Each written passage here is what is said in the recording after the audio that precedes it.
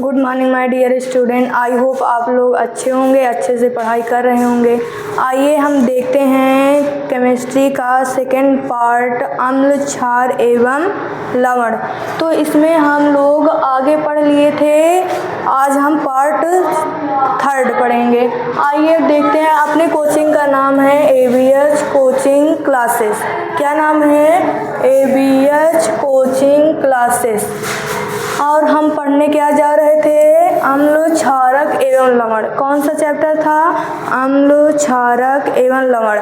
हम लोग अम्ल और क्षार की दो बात कर चुके थे। आज हम किसके बारे में पढ़ेंगे? लवण के बारे में, मतलब साल्ट, जिसे हम साल्ट बोलते हैं। आज हम लवण के बारे में जानेंगे कि ये क्या होता है, इसके कितने प्रकार होते हैं, कैसे बनता है। तो आज के इस वीडियो में हम इसकी सिर्फ और सिर्फ लवण की बात करेंगे कि लवण क्या होते हैं, कैसे बनते हैं। और ये अगर आपको कोई भी प्रॉब्लम होता है तो 6387870458 पर अपने डाउट को क्लियर कर सकते हैं। आइए हम बिना टाइम वेस्ट किए आगे बढ़ते हैं। आज हम किसके बारे में जानेंगे? लवण के बारे में। किसके बारे में? लवण के बारे में। तो लवण क्या होता है? मतलब साल्ट। साल्ट किसे कहते हैं? आइए जानते हैं साल्ट किसे कहते हैं। तो इसमें क्या दिया है? वे पदार्थ। क्या? वे पदार्थ जिनके जलीय विलयन में हाइड्रोजन। क्या है? वे पदार्थ जिनके जलीय विलयन में हाइड्रोजन आयन, मतलब हाइड्रोजन का मतलब हाइड्रोजन, आयन का मतलब H+ के अतिरिक्त, मतलब इसमें बोला है हाइड्रोजन आयन के अतिरिक्त अन्य धनायन तथा हाइड्रोक्सिल आयन। हाइड्रोक्सिल आयन को हम और कौन सा आयन बोलते हैं? तो हाइड्रोक्साइड आयन। क्या? हाइड्रोक्साइड आयन बोलते हैं। इसको हम किससे व्यक्त करेंगे? OH से। इसको हम OH से प्रदर्शित करते हैं। तो इसमें यही बोला है हाइड्रोक्सिल आयन के अतिरिक्त कोई अन्य ऋणायन हो तो उसे हम क्या कहते हैं? लवण कहते हैं। क्या कहते हैं? लवण कहते हैं। या तो सिंपल सी बात में ये कह सकते हैं वे पदार्थ जिनके जलीय विलयन में H+ और मतलब कि H+ और OH- आयन हो, उसे हम क्या कहते हैं? लवण कहते हैं। जैसे इसमें दिया था एग्जाम्पल में जिंक सल्फेट। क्या है? Zinc sulphate. जिंक सल्फेट में क्या है? तो आइए देखते हैं इसका कैसे होगा। तो जिंक सल्फेट का सूत्र क्या होता है? ZnSO4। मतलब इसमें जिंक सल्फेट बोला है ना, तो जिंक को Zn से प्रदर्शित करते हैं। और सल्फेट का क्या होता है? सल्फेट आयन का SO4। क्या होता है? SO4। SO4 पर कितना चार्ज होता है? मतलब कि Zn पर तो +2 चार्ज होता है और सल्फेट पर -2। अब इसमें देखिए जब हम इसका फॉर्मूला बनाते हैं तो यहाँ पर प्लस माइनस को नहीं देखते। क्या करते हैं? प्लस माइनस को नहीं देखा जाता। तो जब हम सूत्र बनाएंगे तो यहाँ क्या होगा? Zn पर 2 चार्ज, SO4 पर भी कितना? 2 चार्ज। ये 2 से 2 कट गया, यहाँ 1 बचा, यहाँ पर भी 1। इसका गुणा इसमें कर दो, इसका गुणा इसमें करेंगे। जब इसका गुणा इसमें करेंगे तो क्या होगा? Zn। क्या होगा? Zn। और वहाँ गुणा करेंगे तो SO4 होगा। क्या होगा? SO4। मतलब कि ZnSO4। क्या हुआ? ZnSO4। अब देखिए तो जिंक सल्फेट का क्या बना? ZnSO4। अब देखिए इसमें कि अभी क्या बोला था? इसमें अभी यही बोला था ना कि हाइड्रोजन आयन। हाइड्रोजन आयन मतलब H+ के अतिरिक्त और अन्य धनायन हो। क्या? धनायन हो। तो इसमें धनायन देखेंगे तो यहाँ पर अन्य धनायन कैसे हो गया? जैसे कि हो गया Zn। Zn क्या है? तो एक अलग ही क्या है? अलग ही धनायन है। और आगे क्या बोला था? हाइड्रोक्सिल आयन मतलब OH के अतिरिक्त और अन्य ऋणायन हो। क्या हो? ऋणायन हो। तो ऋणायन SO4 पर कितना चार्ज होता है? तो -2 चार्ज होता है। और इस पर क्या होता है? +2 चार्ज होता है। बस यही बोला है कि ये क्या हो गया? धनायन हो गया। ये क्या हो गया? ऋणायन हो गया। बस कहने का इतना ही मतलब है। जिसमें धनायन और ऋणायन पाया जाए उसे हम क्या कहेंगे? लवण कहेंगे। जब हम इसको तोड़ेंगे तो किस में बदलेगा? मतलब जब इसको हम तोड़ेंगे तो किस में टूटेगा? एक तो होगा Zn। किस में? एक होगा Zn। एक Zn। अब यहाँ पर प्लस प्लस क्यों लगा 2 बार? तो इसका बस इतना ही मतलब है, जिंक पर कितना चार्ज होता था, +2 होता था ना। और चाहे हम इसको यहाँ पर ऐसे लिखें, Zn पर +2 चार्ज, फिर SO4 पर -2 चार्ज। चाहे हम इसको ऐसे लिखें या तो हम 2 बार प्लस लगा दें, बात एक ही है। क्या बात एक ही है? या तो हम 2 बार प्लस लगा दें या तो Zn की पावर +2 कर दें, बात एक ही है। इसी तरह SO4 है, SO4 पर कितना चार्ज था, -2, या तो हम -2 लिख दें या 2 बार माइनस लगा दें, बात एक ही है। बस इसमें कहने का इतना ही मतलब था कि जिसमें धनायन और ऋणायन पाए जाते हैं उसे ही हम क्या कहते हैं, लवण कहते हैं। क्या कहते हैं? लवण कहते हैं। जैसे कि और एग्जांपल ले लें NaCl। इसके पहले हम देखेंगे यहाँ पर Zn + SO4, इसको तोड़ने पर तो ये बना था। अब जब हम इसको मिलाएंगे, क्या करेंगे, मिलाएंगे, तो मिलाने के बाद फिर वही प्राप्त हो जाएगा, मतलब फिर यही प्राप्त हो जाएगा, मतलब कि Zn SO4 फिर यही प्राप्त हो जाएगा। और दूसरा एग्जाम्पल हम क्या लिए थे, दूसरा लिए थे NaCl। क्या लिए थे? दूसरा NaCl लिए थे। तो NaCl में क्या है, Na पर कितना चार्ज होता है, +1, फिर प्लस, क्लोरीन पर माइनस। बस कहने का इतना मतलब है, सोडियम पर +1 चार्ज होता है, क्लोरीन पर -1 चार्ज होता है। यहाँ देखिए प्राप्त हुआ ना धनायन और ऋणायन, इसलिए ये क्या है, ये है लवण। इसे ही हम क्या कहेंगे, लवण कहेंगे। आइए आगे देखते हैं, आगे क्या है, लवण का निर्माण। अभी हम पढ़े थे लवण किसे कहते हैं, अब हम पढ़ेंगे लवण कैसे प्राप्त होता है, मतलब इसका निर्माण कैसे कर पाएंगे, मतलब कैसे करेंगे। आइए देखते हैं। तो पहला नंबर इसमें क्या था, तो इसमें पहले देखेंगे लवणों का निर्माण निम्न अभिक्रियाओं द्वारा होता है, मतलब इस जो लवण है इसका निर्माण निम्न अभिक्रियाओं द्वारा होगा। तो नंबर 1 पर क्या है, नंबर 1 पर देखेंगे, नंबर 1 पर, तो नंबर 1 पर है किसी अम्ल की, क्या बोला है, किसी अम्ल की धातु के साथ अभिक्रिया, मतलब कि एक हम क्या ले लेंगे, अम्ल लेंगे, मतलब कोई भी अम्ल ले लो, और एक क्या ले लेंगे, धातु ले लेंगे। उन दोनों की इसमें क्या करा है, अभिक्रिया, धातु अम्लों के साथ अभिक्रिया करके लवण तथा हाइड्रोजन गैस बनाती है। क्या बनाती है, लवण तथा हाइड्रोजन गैस, मतलब H2 मुक्त करती है, हाइड्रोजन बनाती है। जैसे कि हम ले लिए जिंक तनु सल्फ्यूरिक अम्ल, क्या ले लिए, जिंक तनु सल्फ्यूरिक अम्ल, मतलब कि H2SO4 के साथ जिंक, मतलब कि तनु सल्फ्यूरिक अम्ल, मतलब कि जिंक और तनु सल्फ्यूरिक अम्ल की क्या करा रहे हैं, यहाँ पर अभिक्रिया करा रहे हैं, मतलब कि जिंक तनु सल्फ्यूरिक अम्ल की अभिक्रिया कराएंगे। तो यहाँ पर देखो जिंक का प्रतीक तो Zn होता है, और सल्फ्यूरिक अम्ल का सूत्र क्या होता है, अभी कल के वीडियो में हम बताए थे कि सल्फ्यूरिक अम्ल का सूत्र क्या होता है।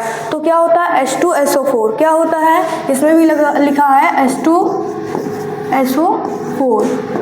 देखो जब हम इसके साथ अभिक्रिया कराएंगे तो इसमें क्या बोला था, मतलब अभिक्रिया करा के लवण तथा हाइड्रोजन गैस बनाते हैं। तो देखेंगे यहाँ पर इस पर तो प्लस चार्ज होता है, मतलब कि Zn पर प्लस चार्ज होता है, और SO4 पर कितना चार्ज होता है, तो -2। इस पर +2 चार्ज होता है, इस पर -2, मतलब कि जो प्लस है वो माइनस के साथ जुड़ जाएगा, मतलब जो प्लस होता है वो हमेशा माइनस के साथ जुड़ता है, मतलब कि यहाँ पर Zn है और यहाँ SO4 है। क्या है, Zn है एक तरफ SO4 है। अब Zn पर कितना चार्ज होता है, तो +2 चार्ज होता है। कितना चार्ज होता है, +2 चार्ज होता है।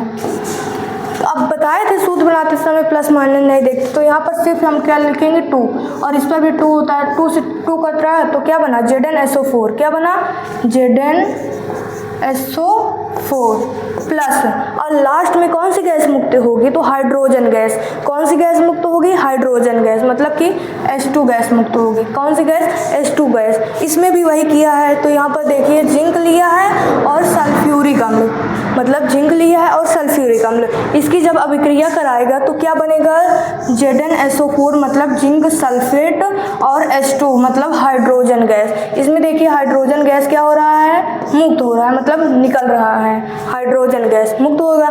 जैसे हम और एग्जांपल ले सकते हैं, कौन सा एग्जांपल, जैसे कि हम ले लें, क्या ले लें, एक तो ले लें हम के ले लें, मतलब पोटेशियम, और इसकी किसके साथ अभिक्रिया करा दें, किसके साथ अभिक्रिया, तो हम ले लें हाइड्रोक्लोरिक अम्ल, मतलब कि एक तो ले लें धातु और एक ले लें क्या, अम्ल ले लें। इनके जब हम अभिक्रिया कराएंगे तो देखेंगे क्या बनेगा, क्या बनेगा, तो यहाँ पर देखिए ये के है, इस पर तो प्लस चार्ज होता है, यस पर भी प्लस, और Cl पर माइनस चार्ज होता है। जो प्लस होता है वो माइनस के साथ जुड़ेगा, मतलब क्या होगा, KCl, क्या होगा, KCl, और लास्ट में कौन सी गैस मुक्त होगी, तो H2 गैस। आई होप आप लोग को समझ में आया होगा। आइए हम आगे देखते हैं। तो इसमें बस वही किया है, एक तो ले लिया है धातु और एक ले लिया है अम्ल। जब इसके दोनों की अभिक्रिया कराएंगे तो इसमें क्या बताया था, जब इन दोनों की अभिक्रिया कराएंगे तो लवण और क्या बनेगा, लवण और हाइड्रोजन गैस, क्या बनेगा, लवण और हाइड्रोजन गैस। आइए हम आगे देखते हैं, आगे देखते हैं। आगे नंबर पर मतलब इसी के बारे में है, लवण का निर्माण कैसे करेंगे, ये दूसरा नियम है, मतलब कि दूसरा। तो इसमें क्या है, इसमें बोला है धात्विक ऑक्साइड, मतलब कि धातु के साथ जो ऑक्साइड होता है, धात्विक ऑक्साइड की अम्ल के साथ अभिक्रिया, जब हम क्या कराएंगे, धात्विक ऑक्साइड की अम्ल के साथ अभिक्रिया कराएंगे तो क्या बनेगा, धात्विक ऑक्साइड और अम्ल के साथ अभिक्रिया कराने पर लवण देता है। हर बार में वही बनेगा, लवण ही बनेगा, क्योंकि लवण का ही तो निर्माण हमको करना है, बस चाहे और जो बने लवण का निर्माण हो, वही है लवण के निर्माण के लिए। तो आइए देखते हैं आगे क्या था। इसमें बोला है धात्विक ऑक्साइड, इसमें क्या बोला है, धात्विक ऑक्साइड।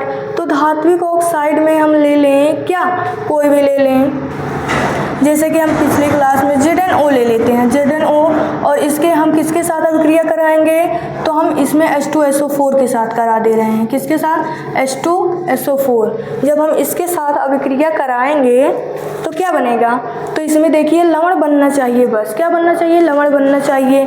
तो जब हम इसके साथ अभिक्रिया कराएंगे तो इस पर तो प्लस चार्ज होता है और ऑक्सीजन पर क्या होता है, माइनस चार्ज। अब देखिए यहाँ पर थोड़ा टाइपिंग करने में गलत हो गया था, इसका ये एग्जाम्पल नहीं है, क्या इसका ये एग्जाम्पल नहीं है, हम बता रहे हैं जो, बस वही लिखिए। मतलब कि एक ले लें हम धात्विक ऑक्साइड ZnO और हम इसके अम्ल के साथ अभिक्रिया, कोई भी अम्ल ले लीजिए, हम बस इसमें यहाँ पर सल्फ्यूरिक अम्ल लिए हैं। जब हम इसके साथ अभिक्रिया कराएंगे तो इस पर तो Zn पर प्लस चार्ज होता है और ऑक्सीजन पर माइनस चार्ज होता है, और इसी तरह H2SO4 में देखेंगे तो H पर प्लस चार्ज होता है और SO4 पर क्या चार्ज होता है, माइनस चार्ज होता है। तो देखेंगे तो जो प्लस रहेगा वो किसके साथ जुड़ेगा, माइनस के साथ, मतलब जो प्लस है वो किसके साथ जुड़ेगा, माइनस के साथ जुड़ेगा। तो यहाँ पर ZnSO4 हो जाएगा, ZnSO4 प्लस। अब उसके बाद क्या बनेगा, तो हम देखते हैं यहाँ पर H मतलब H2 है, यहाँ पर ऑक्सीजन, मतलब ये प्लस है, ये माइनस, जो माइनस है वो प्लस के साथ जुड़ेगा, जो प्लस है वो माइनस के साथ जुड़ेगा। तो यहाँ जब हम इसके साथ मतलब इसका फॉर्मूला बनाएंगे तो क्या बनेगा, H2O, लास्ट में H2O जल निकलेगा, मतलब लास्ट में क्या बनेगा, H2O। बस इसमें वो देखेंगे तो इसमें किसका निर्माण हो रहा है, इसमें ZnSO4 का मतलब लवण का निर्माण हो रहा है ना। तो बस बात इतनी है। इसमें क्या करना, जब हम धात्विक ऑक्साइड को अम्ल के साथ अभिक्रिया कराएंगे तो क्या बनेगा, लवण बनेगा और जल बनेगा। आई होप आप लोग को समझ में आया होगा। आइए आगे देखते हैं, आगे क्या है, आगे देखेंगे तो आगे देखिए आगे क्या है, अम्ल व क्षारक के बीच अभिक्रिया। मतलब अब लवण को हम किस तरह निर्माण मतलब किस तरह बनाएंगे, तो जब हम अम्ल और क्षार के साथ अभिक्रिया कराएंगे तब क्या कराएंगे, जब हम अम्ल और क्षार के साथ अभिक्रिया कराएंगे तो क्या बनेगा, लवण और जल। इसमें भी किसका निर्माण होगा, लवण और जल का निर्माण होगा। आइए देखते हैं इसमें क्या होगा। तो देखिए जब हम अम्ल और क्षारक के बीच अभिक्रिया कराते हैं तो लवण और जल प्राप्त होता है। इस अभिक्रिया को हम क्या नाम देते हैं, मतलब जो अभी बताए इस अभिक्रिया को कौन सा नाम देंगे, तो ये उदासीनीकरण अभिक्रिया है। कौन सी अभिक्रिया है? उदासीनीकरण अभिक्रिया। क्या है? उदासीनीकरण अभिक्रिया। उदासीनीकरण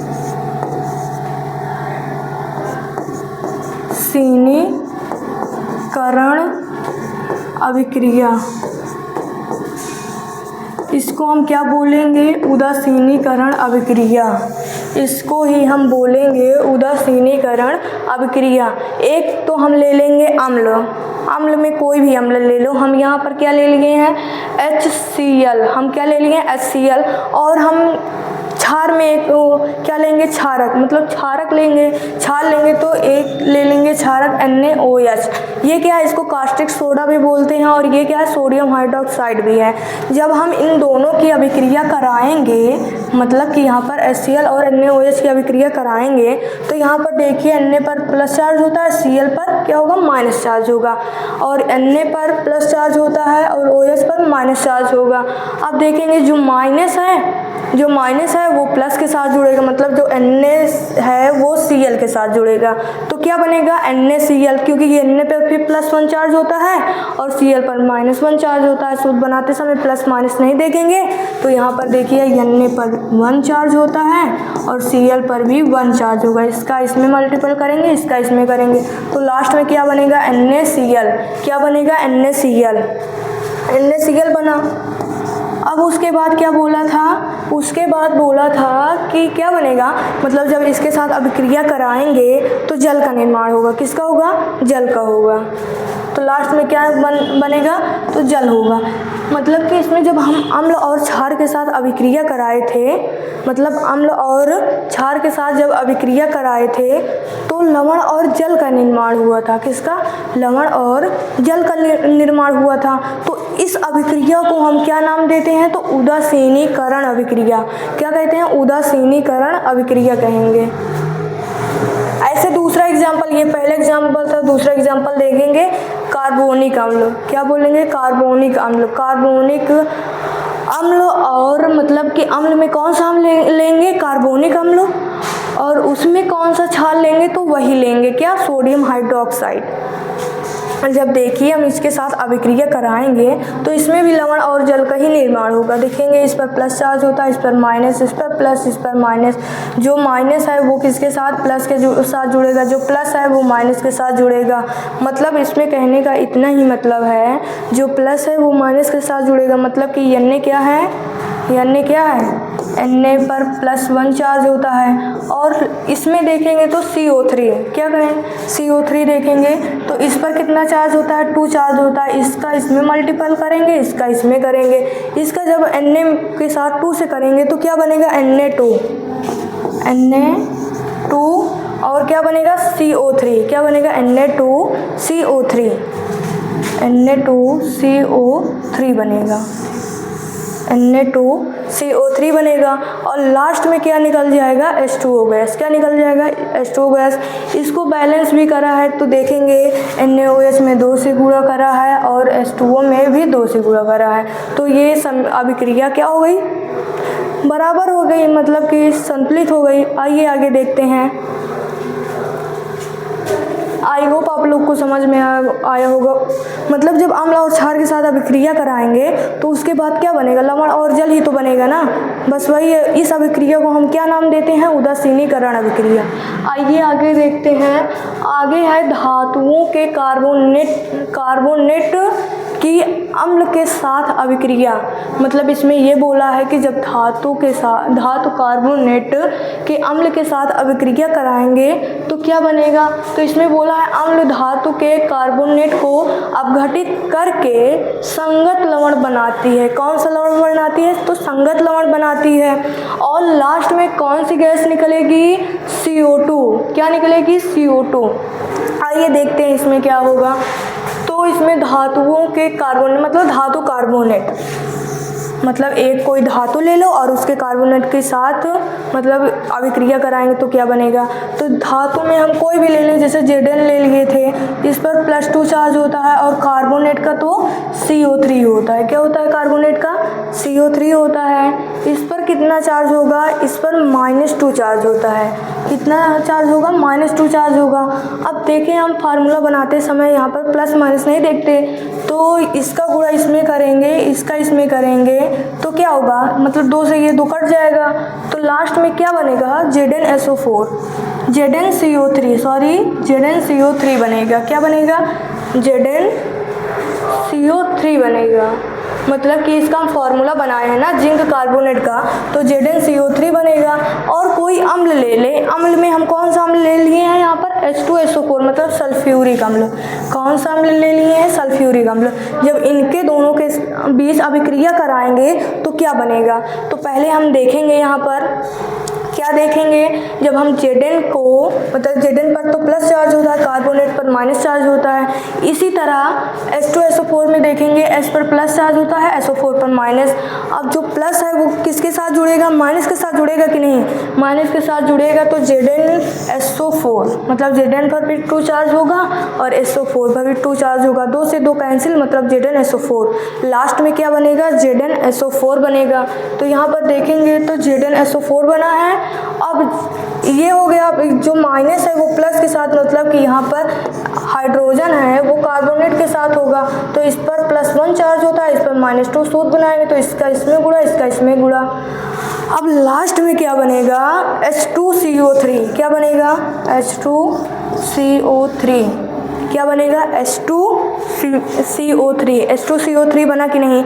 अब देखेंगे जब हम इसको भी तोड़ेंगे तो क्या निकलेगा, मतलब कि यहाँ हाइड्रोजन 2 है और ऑक्सीजन 3 है, तो हाइड्रोजन तो 2 लेंगे और इसमें से एक हाइड्रोजन निकाल लेंगे। तो H2O का निर्माण हो गया। और प्लस जब यहाँ कार्बन है और अब बताएंगे तो यहाँ हम 3 में से एक कार्बन निकाल लेंगे, कितने ऑक्सीजन, मतलब कितने ऑक्सीजन बचे? तो 2 ऑक्सीजन मतलब कि CO2। इसमें बस वही करा है, मतलब ZnSO4 बना है, CO2 बना है और लास्ट में क्या बना है? H2O बना है। क्या? H2O बना है। इसमें बस कहने का इतना ही मतलब है, जब हम किसी धातु कार्बोनेट को अम्ल के साथ अभिक्रिया कराते हैं लवण, तो उसके बाद क्या प्राप्त होता है? लवण, जल और कार्बोनेट, कार्बन डाइऑक्साइड आयन प्राप्त होता है। मतलब कि जब इसके साथ अभिक्रिया कराएंगे लवण प्राप्त होगा, जल प्राप्त होगा और कार्बन डाइऑक्साइड प्राप्त होगा।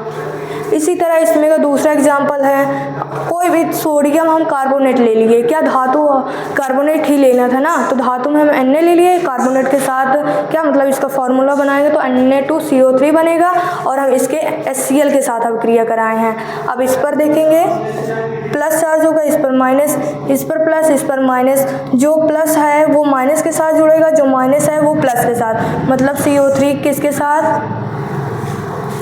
CO3 किसके साथ जुड़ेगा? H के साथ, और जो प्लस है वो माइनस के साथ, मतलब Na किसके साथ जुड़ेगा? Cl के साथ। तो क्या बनेगा? NaCl बनेगा। और फिर क्या बना था, मतलब जब हम H को CO3 से कराएंगे तो लास्ट में फिर वही बनेगा। क्या बनेगा? H2CO3 बनेगा। क्या बनेगा? H2CO3 बनेगा। क्या बनेगा? H2CO3 बनेगा। H2CO3 बना तो इसको जब तोड़ेंगे तो क्या निकलेगा? CO2 और H2O निकलेगा। क्या? CO2 और H2O। आइए आगे देखते हैं।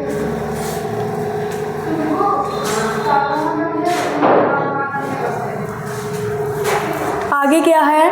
आगे लवणों के प्रकार के बारे में पढ़ेंगे। क्या? लवणों के प्रकार के बारे में। तो आइए टाइप्स ऑफ, इसको इंग्लिश में क्या बोलेंगे? Two types of salts. क्या? Types of salts. आइए तो नंबर 1 पर क्या है? नंबर 1 पर सामान्य लवण है। कौन सा लवण है? सामान्य लवण है। सामान्य लवण किसे कहेंगे? आइए देखते हैं। तो इसको हम इंग्लिश में नॉर्मल साल्ट्स बोलेंगे। क्या बोलेंगे? Normal salts. आइए इसके बारे में जानते हैं। तो सामान्य लवण किसे कहेंगे? आइए देखते हैं। वे लवण जो अम्ल तथा, इसमें क्या बोला है? वे लवण जो अम्ल तथा क्षारक के पूर्ण उदासीनीकरण से प्राप्त होते हैं। मतलब कि जब हम इसमें बताए थे अम्ल और क्षार की जब अभिक्रिया कराएंगे तो उसमें लवण और क्या प्राप्त होगा, जल प्राप्त होगा। उसमें बस वही करा है, उदासीनीकरण से प्राप्त होता है, उसे ही हम क्या कहेंगे, सामान्य लवण। जैसे कि हम एग्जाम्पल में ले लिए HCl ले लिए और क्षार में NaOH ले लिए। जब हम इसके साथ अभिक्रिया कराएंगे तो लवण और जल प्राप्त होता है कि नहीं, NaCl और H2O प्राप्त होता है कि नहीं। बस इसमें कहने का इतना ही मतलब है कि जब हम अम्ल और क्षारक के पूर्ण उदासीनीकरण से जो क्या प्राप्त होता है, जो भी प्राप्त होता है उसे ही हम क्या कहते हैं, सामान्य लवण कहते हैं, उसे ही हम सामान्य लवण कहेंगे। मतलब इतने को ही हम क्या कहेंगे, सामान्य लवण। जैसे कि CO3 यहाँ पर हो, NaCl हो गया, NaCl, तो NaCl कौन सा लवण होगा, तो सामान्य लवण होगा। कौन सा अम्ल होगा, मतलब कौन सा लवण होगा, तो सामान्य लवण होगा। आई होप आप लोग को समझ में आएगा। जैसे एग्जाम्पल में इसमें बोला है NaCl KNO3 और Na2SO4, क्या, NaCl KNO3 और Na2SO4। आइए आगे देखते हैं। इसमें आगे भी क्या बोला था, अर्थात में बस वही है, जब किसी अम्ल के सभी प्रतिस्थापनीय हाइड्रोजन परमाणु की किसी धातु अथवा धनायन द्वारा विस्थापित होता है तो उसे ही हम क्या कहेंगे, सामान्य लवण। इससे अच्छा तो जो पहले हम बताए उसको ही आप लोग ज़्यादा समझ सकते हैं, क्योंकि इसमें क्या है, इसमें है वे लवण जो अम्ल तथा क्षार के पूर्ण उदासीनीकरण से प्राप्त होते हैं, उसे ही हम क्या कहते हैं, सामान्य लवण कहते हैं। आइए हम आगे देखते हैं। आगे है अम्लीय लवण। अब इसमें देखेंगे, हमको यहीं से ही पता चल रहा है, क्या बोला इसमें, अम्लीय लवण। क्या बोला है, अम्लीय लवण। हमको यहीं से पता चल रहा है कि इसमें अम्ल की कहीं ना कहीं चर्चा जरूर हुई है, तभी इसमें अम्लीय लवण आया है। तो आइए देखते हैं एसिडिक साल्ट्स। इसमें क्या है, ये लवण किसी अम्ल के कुछ, इसमें क्या बोला है, ये लवण किसी अम्ल के कुछ प्रतिस्थापनीय हाइड्रोजन परमाणुओं की किसी धनायन द्वारा विस्थापन से प्राप्त होते हैं। इसमें कहने का ये मतलब है कि इसमें ये है कि ये लवण किसी अम्ल के कुछ प्रतिस्थापनीय हाइड्रोजन परमाणुओं के किसी धनायन द्वारा प्राप्त होते हैं, मतलब द्वारा विस्थापन से बनते हैं। इसमें कहने का यही मतलब है। आइए हम देखते हैं, इसमें पहले पीछे देखेंगे जो हम अभी बताए थे। क्या बताए थे,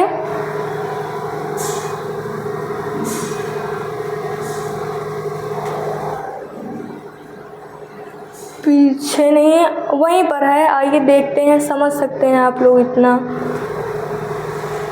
जैसे पीछे इसमें ये लवण किसी अम्ल के कुछ प्रतिस्थापनीय हाइड्रोजन परमाणुओं के किसी धनायन द्वारा विस्थापन होते हैं, मतलब कि वही अम्ल का एग्जाम्पल हम ले सकते हैं। जैसे कि H2SO4 हो गया, NaHSO4, और क्या हो गया, H2CO3, NaSCO3 और H3PO4। इसके बहुत से एग्जाम्पल हैं जिसमें हमको इतना जानना है, जिसमें हमको हाइड्रोजन दिख जाए। इसमें बस वही है जिसमें हाइड्रोजन दिख जाए, वही क्या है, वही है अम्लीय लवण। जिसमें हाइड्रोजन प्राप्त हो जाए, मतलब दिखे, इसमें भी देखेंगे यहाँ पर हाइड्रोजन है, इसमें यहाँ हाइड्रोजन है, और इसमें यहाँ पर हाइड्रोजन है, इसमें यहाँ पर हाइड्रोजन। बस कहने का इतना ही मतलब है, जिसमें हमको हाइड्रोजन प्राप्त हो जाए, मतलब जिसमें हाइड्रोजन हो, वही क्या है, वही है अम्लीय लवण, मतलब हाइड्रोजन आयन। आइए आगे देखते हैं। आगे है क्षारकीय लवण, मतलब जिसमें क्षारक की बात करें, बस इसमें भी किसकी बात करी है, क्षारक की बात करी है। तो आइए देखते हैं इसमें क्या है, बेसिक साल्ट। क्या है बेसिक साल्ट, इसको इंग्लिश में बेसिक साल्ट बोलते हैं।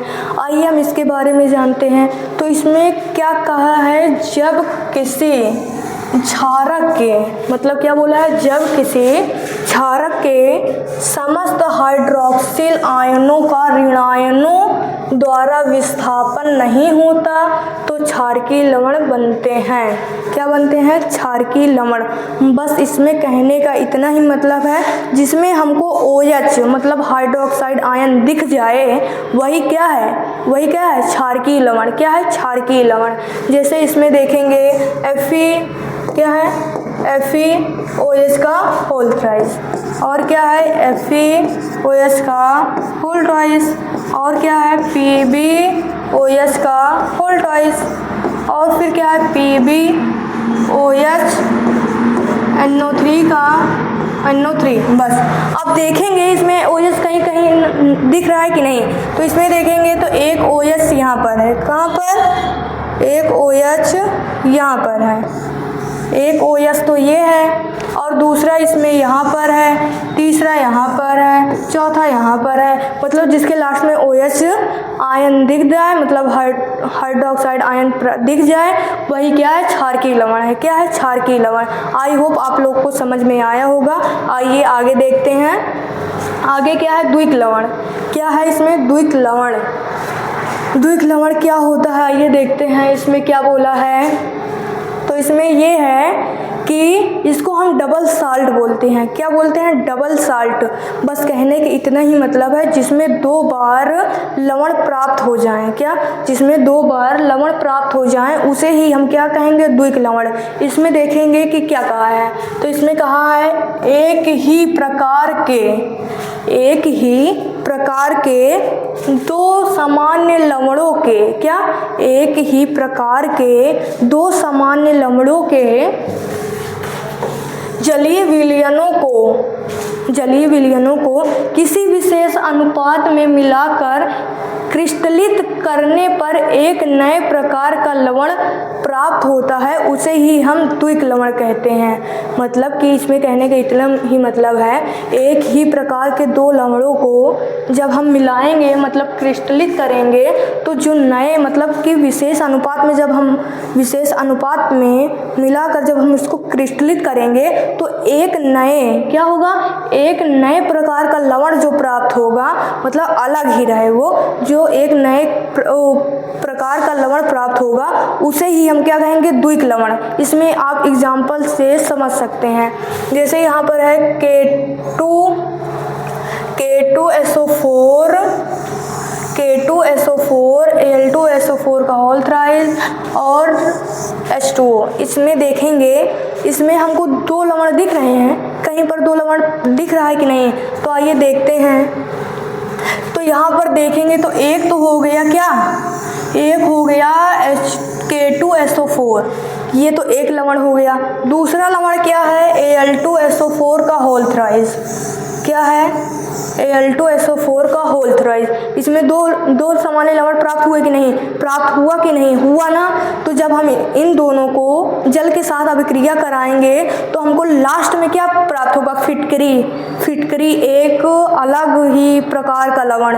तो मतलब फिटकरी, जैसे कि यहाँ पर जब हम इन सब की अभिक्रिया कराएंगे तो क्या प्राप्त होगा? K2SO4 इंटू Al2SO4 का होल थ्राइस इंटू 24H2O। मतलब ये किसका सूत्र है? फिटकरी को हम क्या बोलते हैं? द्विक लवण। क्या बोलते हैं? द्विक लवण। फिटकरी को क्या बोलेंगे? द्विक लवण। आइए देखते हैं अगला। इसी प्रकार मतलब इसी तरह दूसरा है, जैसे कि मोहर लवण भी क्या है? द्विक लवण। आइए इसमें देखते हैं, इसमें 2 सामान्य लवण हैं कि नहीं। 2 सामान्य लवण का मतलब कि जैसे कि हम कोई क्या ले लें, कोई भी धातु ले लें, जैसे SO4 सल्फेट के साथ अभिक्रिया कराए थे कि नहीं, मतलब फार्मूला बनाए थे तो K2SO4। इसमें भी देखेंगे तो SO4 है कि नहीं। मतलब इस कहने का इतना ही मतलब है, एक ही प्रकार के 2 सामान्य लवण, मतलब 2 सामान्य लवण के किसी अनुपात को जब हम मिलाते हैं तो एक नए प्रकार का जो लवण प्राप्त होता है उसी को हम क्या कहेंगे? द्विक लवण। जैसे इन दोनों को जब हम मिलाए थे, मतलब इन दोनों दोनों को जब हम मिलाए थे तो क्या प्राप्त हुआ था, फिटकरी प्राप्त हुआ था। क्या प्राप्त हुआ था, फिटकरी। अब इसी प्रकार जब हम FeSO4 मतलब फेरस सल्फेट को अमोनियम सल्फेट के साथ जब मिलाएंगे तो क्या प्राप्त होगा हमको लास्ट में, तो हमको प्राप्त होगा मोहर लवण। क्या प्राप्त होगा, मोहर लवण। इसमें जैसे है FeSO4 और NH4 का होल ट्वाइस SO4 और इंटू लास्ट में क्या होगा, H2O। क्या, H2O। आप आई होप आप लोग को समझ में आया होगा, जिसमें दो सामान्य लवण हुई हों, जैसे SO4 यहाँ पर भी था, यहाँ पर है, मतलब सामान्य हो, और जो नए इनको जब दोनों अनुपात को मिलाएंगे जो नए प्रकार का लवण प्राप्त होगा उसी को हम क्या कहेंगे, द्विग लवण। आइए आगे देखते हैं। आगे है मिश्रित लवण। क्या है आगे, मिश्रित लवण। मिश्रित लवण में क्या होता है, मतलब इसमें मिक्स्ड साल्ट होता है। क्या, मिक्स्ड साल्ट। आइए इसके बारे में जानते हैं। इन लवणों में क्या है, इन लवणों में एक से अधिक, मतलब जो लवण है मिश्रित लवण, इस लवण में एक से अधिक प्रकार के ऋण आयन और धन आयन होते हैं। मतलब कि इस जो मिश्रित लवण है उसमें क्या है, उसमें एक से अधिक, क्या है, एक से अधिक धनायन और ऋणायन उपस्थित हो या प्राप्त हो, उसे ही हम क्या कहते हैं, उसे ही हम मिश्रित लवण कहते हैं। क्या कहते हैं, मिश्रित लवण कहते हैं। जैसे कि एग्जाम्पल में ले लिए हम NaKSO4। आप देखेंगे तो इसमें धनायन और ऋणायन है कि नहीं, तो इसमें देखेंगे Na पर क्या होता है, प्लस चार्ज होता है कि नहीं, Na पर प्लस चार्ज होता है, और पोटेशियम पर भी प्लस चार्ज होगा, और सल्फेट पर क्या होता है, माइनस चार्ज। अब यहाँ पर देखिए इसमें यही बोला है, इन लवणों में एक से अधिक धनायन या ऋणायन होते हैं। तो इसमें देखिए एक से अधिक धनायन और ऋणायन है कि नहीं, मतलब यहाँ पर भी धनायन है, यहाँ पर भी धनायन। तो मतलब कि जिसमें एक से अधिक धनायन या ऋणायन उपस्थित हो उसे ही हम क्या कहेंगे, मिश्रित लवण। क्या कहेंगे, उसे ही हम मिश्रित लवण कहेंगे। और जैसे एग्जाम्पल में ले लिया है, क्या ले लिए,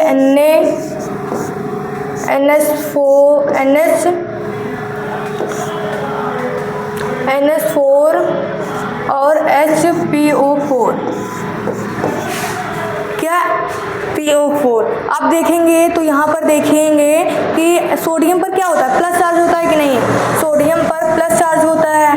अब SO4 पर भी प्लस चार्ज होगा, इस पर भी प्लस चार्ज होगा, और इस पर क्या होगा, माइनस। अब इसमें देखेंगे एक से अधिक क्या हुआ, एक से अधिक धनायन प्राप्त हुआ कि नहीं, एक से अधिक धनायन प्राप्त हुआ कि नहीं, मतलब कि यहाँ पर देखेंगे सोडियम पर भी चार्ज, अमोनियम भी, हाइड्रोजन भी, मतलब तीन बार क्या हुए, धनायन प्राप्त हुए। मतलब कि जो एक से अधिक धनायन, जिसमें धनायन और ऋणायन होते हैं उसे ही हम क्या कहते हैं, मिश्रित लवण। आई होप आप लोग को इतना ही समझ में आया होगा। आइए आगे देखते हैं। आगे है, ये अभी तक हम क्या पढ़े थे, लवणों के प्रकार। अब जानेंगे लवण कितने होते हैं, कैसे होते हैं। तो नंबर 1 पर देखेंगे पोटेशियम सल्फेट एक प्रकार का क्या है, लवण है। इसका सूत्र क्या होता है, K2SO4। क्या होता है, K2SO4। K2SO4 कैसे प्राप्त हुआ, तो पोटेशियम का होता है K और SO4 का पर, मतलब इस पर +1 चार्ज होता है, इस पर -2। इसका इसमें करेंगे, इसका इसमें, मतलब K2SO4। लास्ट में क्या प्राप्त हुआ, K2SO4। इसी तरह दूसरे नंबर पे क्या है, सोडियम सल्फेट। सोडियम का Na होता है, सल्फेट का SO4। तो इस पर क्या हो जाए, इस पर 1 चार्ज होता है, मतलब कि इस पर 1 चार्ज होता है और इस पर 2 चार्ज होता है। इस पर 1 चार्ज होता है, इस पर कितना, इस पर 2 चार्ज होता है। इसका गुणा इसमें करेंगे, इसका इसमें करेंगे तो Na2SO4 बन जाएगा। क्या बनेगा, Na2SO4। देखेंगे तो इसमें Na2SO4 बना भी है। अब तीसरे नंबर पे क्या हो गया, कैल्शियम सल्फेट। कैल्शियम पर भी +2 चार्ज होता है और सल्फेट पर भी +2 चार्ज होता है। बनाएंगे तो मतलब 2 से 2 काटेंगे तो लास्ट में यही प्राप्त होगा CaSO4। क्या प्राप्त होगा? CaSO4। इसी तरह सब में है मैग्नीशियम सल्फेट का MgSO4, मतलब मैग्नीशियम सल्फेट का MgSO4, कॉपर सल्फेट का CuSO4, सोडियम क्लोराइड का NaCl, सोडियम नाइट्रेट का NaNO3 और सोडियम कार्बोनेट का Na2CO3। इसी तरह आगे है अमोनियम क्लोराइड का NH4Cl। आइए आगे देखते हैं आगे क्या है। आगे है पोटेशियम सल्फेट। अब अम्ल भी पढ़ेंगे, मतलब लवण भी पढ़ेंगे, अम्ल भी पढ़ेंगे और क्या पढ़ेंगे? क्षारक भी पढ़ेंगे।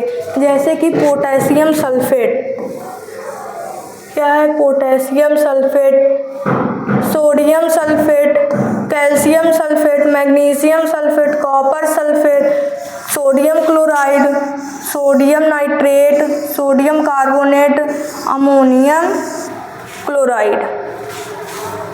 इसमें अम्ल में देखेंगे तो अम्ल में H2SO4, इसमें भी H2SO4, इसमें भी H2SO4, मतलब लास्ट में H2SO4 हो। जैसे कि हम ले लिए कोई भी अम्ल, जैसे लास्ट में आ रहा है सल्फेट ना, इसमें भी सल्फेट, इसमें भी सल्फेट, इसमें भी, तो इसमें कितने बार? इसमें भी आया सल्फेट, इसमें भी सल्फेट, इसमें भी। अब इसमें सल्फेट आया है तो सल्फेट से कौन सा मतलब अम्ल बनेगा? सल्फ्यूरिक अम्ल। कौन सा अम्ल बनेगा? सल्फ्यूरिक अम्ल। तो यहाँ पर H2SO4 हो गया। जहाँ तक सल्फेट है वहाँ तक क्या होगा? सल्फ्यूरिक अम्ल का निर्माण होगा। इसमें क्या है? क्लोराइड से कौन सा अम्ल याद आ रहा है? तो हाइड्रोक्लोरिक अम्ल। कौन सा? हाइड्रोक्लोरिक अम्ल। तो हाइड्रोक्लोरिक अम्ल का HCl होगा। अब आगे देखेंगे तो आगे सोडियम नाइट्रेट से कौन सा अम्ल याद आ रहा है? तो नाइट्रेट मतलब नाइट्रिक अम्ल। कौन सा अम्ल याद आ रहा है? नाइट्रिक अम्ल। तो इसका होता है HNO3। और कार्बोनेट से कौन सा अम्ल याद आ रहा है? कार्बोनिक अम्ल। इसका होता है H2CO3। और क्लोराइड फिर आ गया तो इससे कौन सा अम्ल याद आ रहा है? तो हाइड्रोक्लोरिक अम्ल मतलब HCl। इसी तरह इसमें भी है, जैसे कि सल्फेट है और उसमें अब क्षारक में KOH हो गया, NaOH हो गया, CaOH का होल ट्वाइस। मतलब इसमें हर बार हमको क्या करना है? हाइड्रोक्साइड से अभिक्रिया कराना है। क्या कराना है? हाइड्रोक्साइड से अभिक्रिया। जैसे कि यहाँ पर पोटेशियम है, पोटेशियम का हाइड्रोक्साइड से करेंगे तो KOH बनेगा। इसी तरह सोडियम का है, इसके भी साथ करेंगे तो NaOH बनेगा। फिर कैल्शियम है तो CaOH का होल ट्वाइस, मैग्नीशियम है तो MgOH का होल ट्वाइस, कॉपर है तो कॉपर का क्या होगा? कॉपर हाइड्रोक्साइड, फिर सोडियम हाइड्रोक्साइड, फिर सोडियम हाइड्रोक्साइड, फिर भी सोडियम हाइड्रोक्साइड बनेगा। लास्ट में अमोनियम हाइड्रोक्साइड बनेगा। बस कहने का इतना मतलब है। सोडियम का किसके हाइड्रोक्साइड के साथ, फिर इसके मतलब कि सोडियम का, इसमें पोटेशियम का हाइड्रोक्साइड, फिर सोडियम का हाइड्रोक्साइड से अभिक्रिया, मैग्नीशियम का, मतलब आप लोग समझ में ही गए होंगे। इसमें सबको हाइड्रोक्साइड मतलब OH से क्या करना है? इसका फॉर्मूला बनाना है। बस आई होप आप लोग को समझ में आया होगा। अगर वीडियो अच्छा लगता है तो लाइक करें, सब्सक्राइब करें और अपने दोस्तों को साथ शेयर करना ना भूलिएगा। मिलते हैं अगले वीडियो में।